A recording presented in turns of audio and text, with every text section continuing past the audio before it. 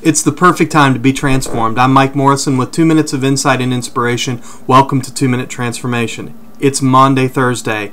The night before Jesus is betrayed into the hands of the Pharisees, he celebrates a final Passover with his disciples.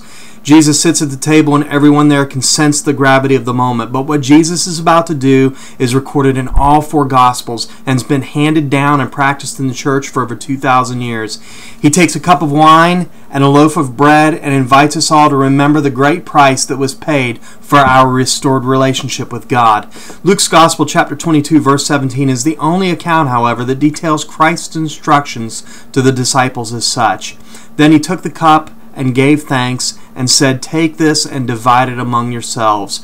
In this object lesson that Jesus is acting out before them, he interjects that they are to do two things. First, they're instructed to take. It wasn't optional. He's telling them that they aren't safe by merit of their being present in the room. For you and I, sitting in the church 52 Sundays a year doesn't no more make you a Christian than sitting in your garage makes you an automobile.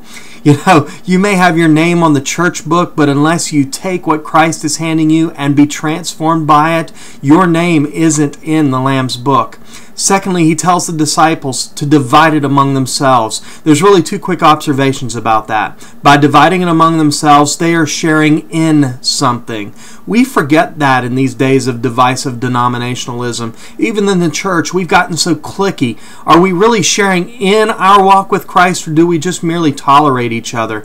By dividing it among themselves, they are sharing it. When was the last time you told someone about what Christ has done for you? In the church? Outside the church? I'm going to leave it at that. The Passover is fulfilled, but Christ has charged us to remember. His broken body and shed blood are for you, but they're not only for you. Pass it on and be transformed.